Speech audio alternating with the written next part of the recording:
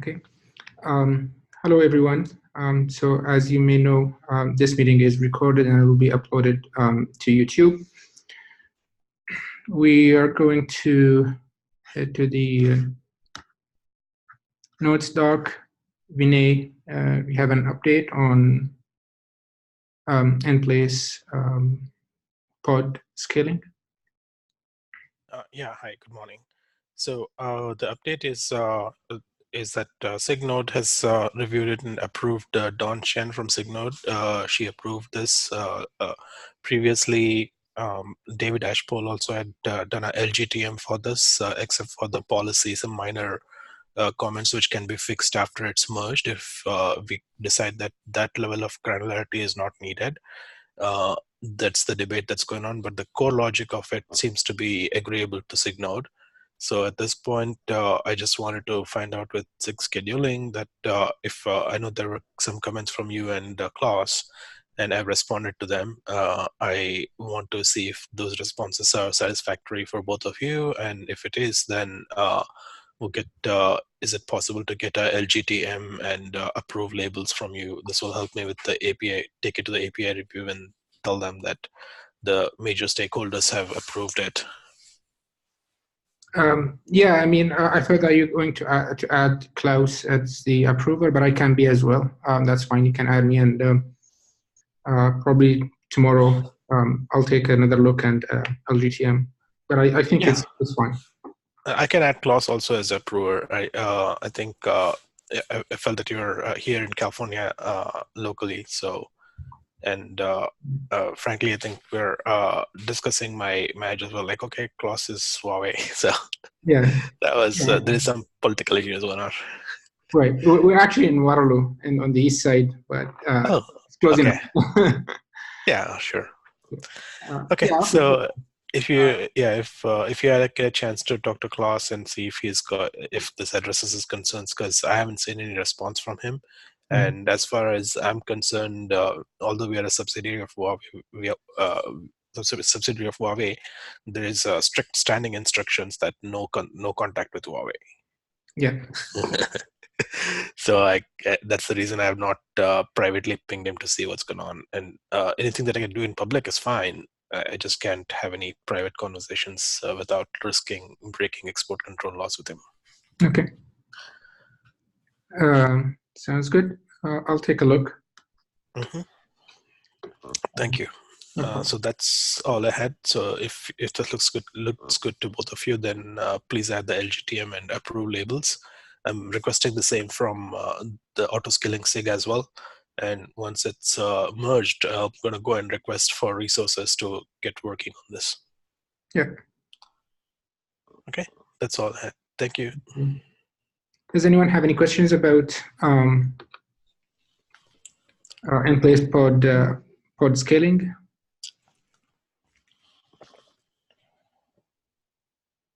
Okay. So the other agenda item we have is an update on the framework migration. So I've been thinking and rethinking and rethinking the rethinking of how to make this really, really safe. The lack of canarying basically is what basically worries me about this migration. Basically, the idea of pushing in major restructuring without the ability to actually test it in production soon enough to get quick signal of what we're doing, whether what we're doing is good or not. But I think I've reached to a decent structure. I've been sending PRs to implement that idea, which is basically the convergent layer. So the idea is that priorities and predicates will go through when they are configured. When we are building the configuration of the scheduler, if there are any plugins that are registered as a replacement for a priority or predicate, we are going to call what I'm calling a config producer function that is registered for that priority, and it will produce a framework configuration for that predicate or priority, and we will append it to the configuration that we'll be using to instantiate the framework.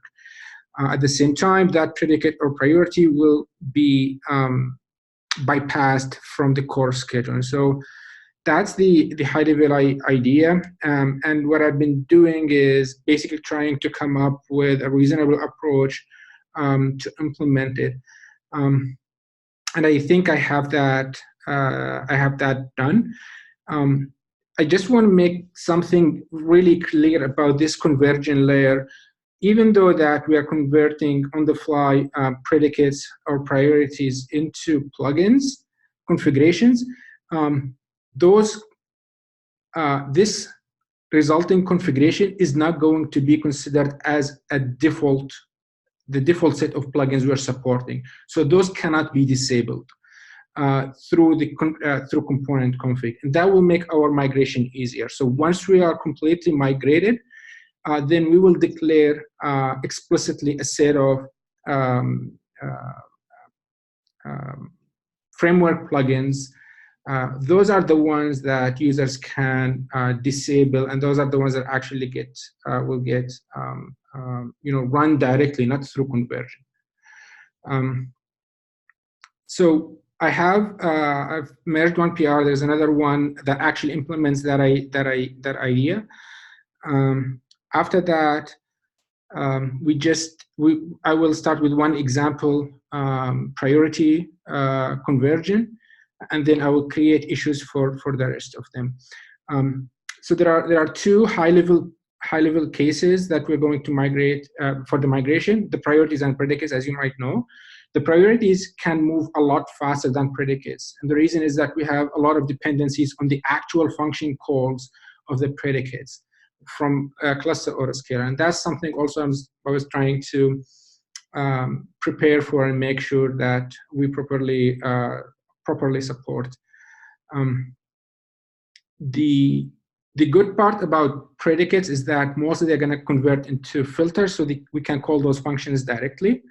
That's compared with, for example, priorities, which they have two stages sometimes, scores and normalized score, etc. So it's harder to actually map them. And from that perspective, we're going to keep the predicate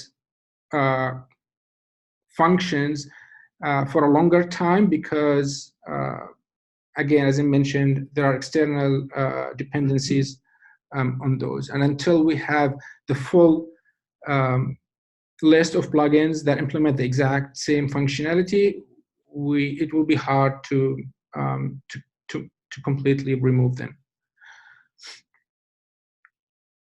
So that's my update. I created a couple of issues to help with that as well. One issue is related to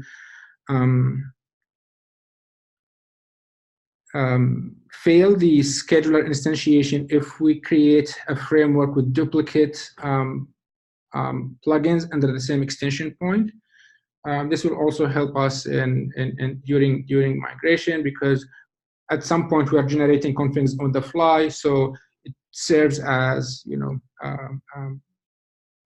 a verification step that we're not doing something crazy.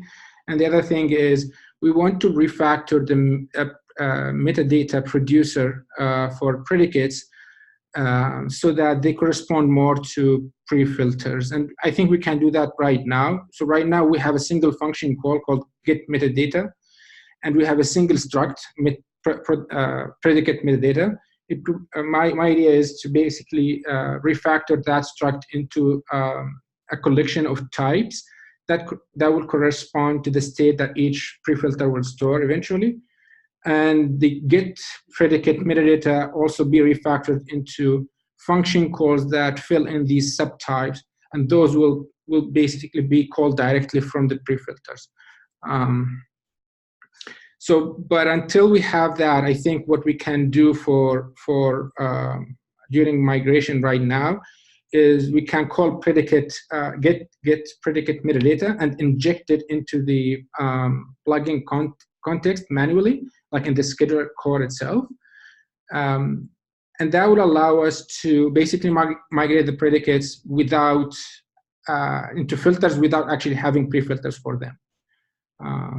So it makes us, and that's also necessary because, again, the interaction with the cluster autoscaler is going to be tricky once we start moving pieces like that. I don't know if I'm being clear enough or anyone has any questions about this. I have a comment regarding the first part that you were talking about, disabling plugins and the ability to disable them in config or not. One thing that is necessary to do is the ability to change the order of filter functions or scoring functions and so on. Particularly filtering is important, I think. The way that we designed it, and I think we went actually through a bunch of other iterations as well, and none of them worked as good as this particular one, is that we want to have a set of default plugins that are going to be called in a certain order. If someone wants to add to these plugins, they can just add their own plugins, and they are called after these default plugins. If they want to change this order in any way, for example, calling their own plugins before other plugins and so on, they disable all the default ones and enable whatever plugin they want, whether they are their own or default ones, in any order that they like, right? So it's important, I think, in order to basically change this ordering of plugins, it's important for users to be able to disable plugins. And that's something to keep in mind. And I believe you just want to keep that ability. You just don't want to do it in the very first version after you introduce these changes. Correct. So, let me just explain that this is what we will have. Exactly what you just mentioned is these semantics. During migration, though, we are not going to have default plugins, so there's nothing to disable. What we will have during migration is predicates and priorities that gets translated into plugins in the background. So from the user, the scheduler, the user of the scheduler perspective, we don't actually have default plugins. They still deal with predicates and priorities. And that makes it easier for us to get to the finish line of everything got migrated, and then once we are there, okay, everything got migrated, everything is predicates, is plugins. We're going to say, okay, those are your default sets of predicates and default set of plugins. You can disable, enable them as you wish, and we're not going through the translation layer at all. Translation layer will be there only for compatibility until we deprecate the policy, and it will be there for the cases where they specify the policy like explicitly. For example, they want to list specific predicate, custom priorities or predicates, and for those,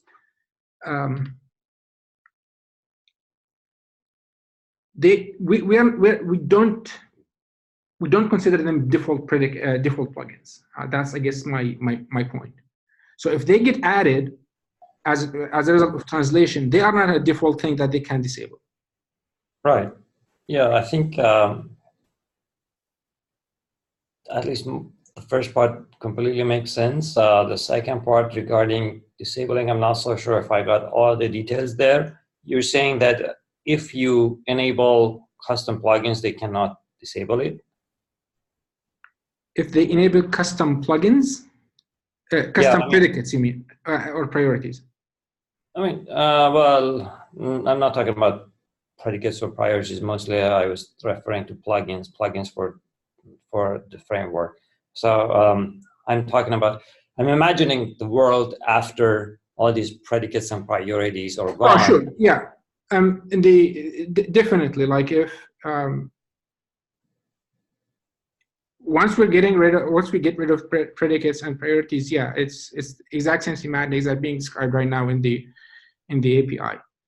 Okay. What I'm saying is anything that gets translated from a predicate or priority is not going to be considered as a default plugin, because what the user actually intended to do is to actually run a predicate or priority. We just happen to run it as a framework plugin, but that's not something that the user will be able to disable. If they want to disable that, they shouldn't actually have specified that predicate or priority in the policy. Correct. Yes, I agree. So yeah, so this is the semantics that I have in mind. So right now, actually, even if they, so the translation layer, what it does is I don't know if you remember the code. There's a place where you create the set of predicates and priority from the set of keys of so I get those keys, and from these keys, I call a producer to produce the framework configs that correspond to those. So those configurations that gets created as a result of that, you can disable them. So that's I guess my point. At this point, even if you specify like disable everything, nothing is going to get disabled because we don't have default plugins. Sure, that makes sense. Yeah, I think the basic idea here is that during the migration phase, there is only one function unit, no matter it's called predicates or plugin, is responsible for that specific function. For example, to make, for example, host the pod, right, filter works. So internally, in a user's perspective, they don't need to worry about whether it's internally a predicate or a plugin. We are maybe in the middle of migration, and once that's done, but new functionalities or new customized stuff, they must be implemented as a manner of plugin. Yeah. Right.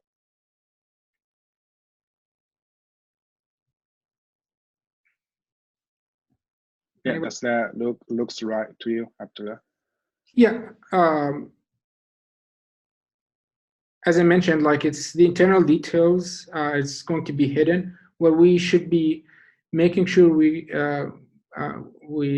preserve is the API mostly, like and the side effects of whatever they pass into that through that API. For example, if they pass a predicate or priority in the policy, should get executed. But the interactions between them, like if they pass a predicate or priority and that gets translated down the line into a config, that doesn't mean that they will be able to disable it through the API, because those are two different things. Yeah, correct.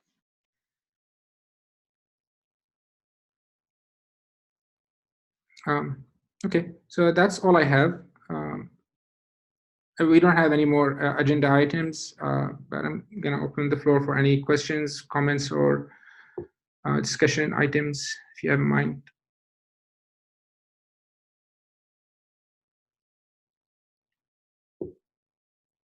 Okay, so I guess can end early today. Thank you, everyone, and thanks, Bobby, for joining us as well. Absolutely. Thank you. Bye. Bye.